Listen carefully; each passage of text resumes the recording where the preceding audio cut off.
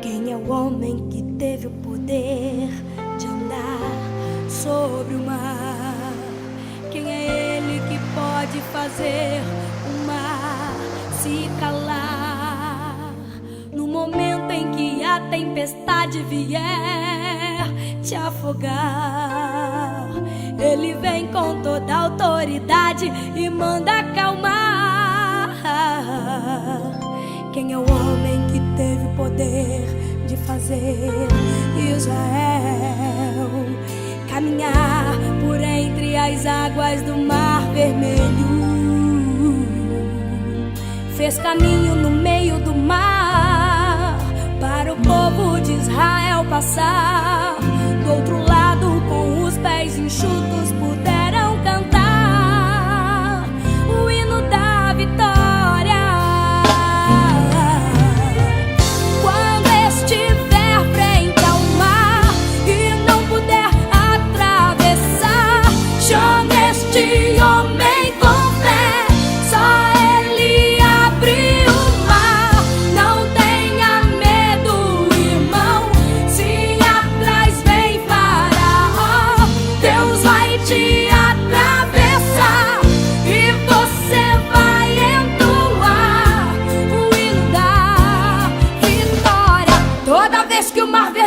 Tiver que passar, chame logo este homem para te ajudar.